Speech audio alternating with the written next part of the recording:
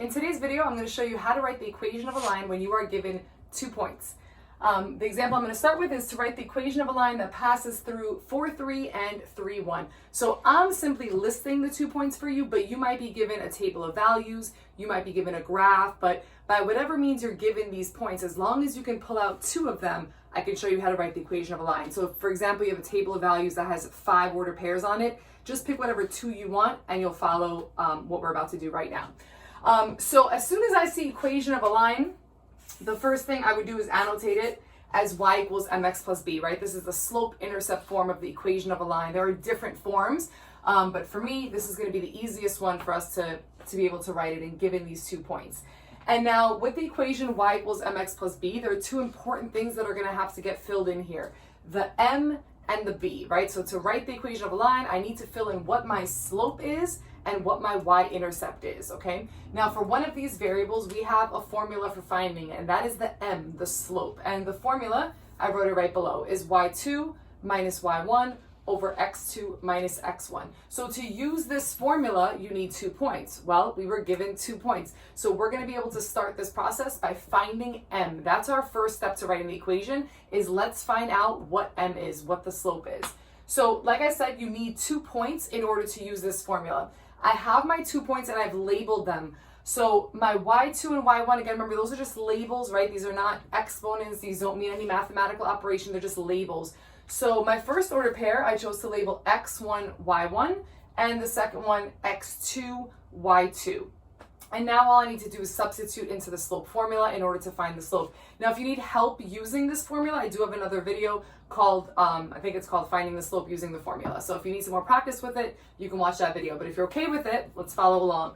So we're gonna go ahead and substitute in y2. So the y2 in my order pairs that I labeled was 1 minus y1. So my y1 is 3 over x2. So I'm looking for my x2. Here it is 3 minus x1. Look for your x1, and my x1 is 4. So now after we substitute it, we have 1 minus 3 over 3 minus 4, and we're just going to go ahead and simplify this.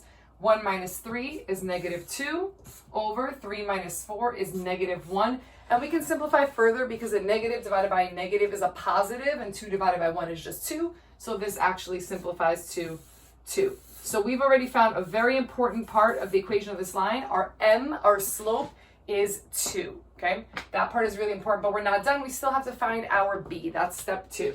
So let's walk through how to find b. So now I'm going to write down y equals mx plus b again, and we're going to start substituting in all the things that we know, okay? So m, we just found m. We found out that our slope was 2. So now instead of writing m, I'm going to write 2. Now the b is going to remain b because I don't know it. I'm trying to find it, right? So I have to leave b alone. However, the x and y, remember x and y in y equals mx plus b, all they represent is any point on this line, the infinitely many points that there are on this line. This is my x and y coordinates, right? So all I need is 1 order pair. Now I was given 2, so I get to pick whichever one I want. Doesn't matter at all. So I'm going to go ahead and pick the top one, but you could also chosen the bottom. So I'm going to use 3 as my x, and 1 is my y. So now it's all about substituting. So I'm going to come back into y equals mx plus b, and instead of writing y, I'm going to write 1 because my y value is 1. Again, instead of writing m, we wrote 2 because we found out that the slope was 2 with the work we did for the slope formula. Instead of writing x, I'm going to write 3 because my x value was 3. And again, I'm leaving that plus b alone because I'm trying to find b. I don't know what b is. Now make sure that you use the x and y from the same order pair. So I could have used 4, 3, but you have to use both the 4 and the 3 then. So whatever x you pick, make sure you pick its corresponding y as well. All right, so now we're just going to do some computation. So this 1 is going to come down, equal sign is going to come down, parentheses next to each other mean multiplication, right? This was a coefficient next to the x, that means multiplication. So 2 times 3 is 6. My plus sign comes down and my b comes down. Now I'm solving for b. I'm trying to get b by itself. So I do the inverse operation. B is being added to 6. So I'm going to subtract 6. But whatever I do to one side, I have to do to the other side. So I'm doing minus 6 on both sides. 1 minus 6 is negative 5.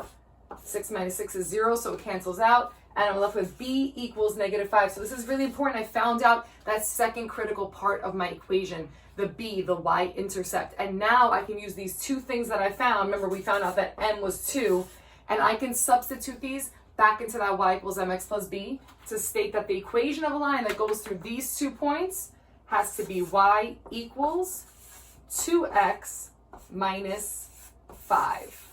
Okay? Y equals 2x minus 5 because 2 replaced the m, the slope, and -5 replaced the b. You also could have written it, if you like writing it like this better, it's fine, plus -5. That would also be fine. It just, for me, it's simpler to write -5. So this is the equation of a line that passes through these 2 points. Now, if you had graph paper, of course, you can graph these 2 points and make sure that that's true. You can also have used rise over run instead of the slope formula I used if you had graph paper. And you want to make sure that this line really does go through 0, -5 when you graph it, because that's the y-intercept. That's where it's supposed to hit the y-axis. All right. So I'm going to leave you with a practice problem, and I'm going to have the practice problem answer in the description of the video. So try it yourself, look at the answer. If you did not get the correct answer and you're having trouble finding your mistake, as always, feel free to comment, contact me, and I will try to help you out. Good luck.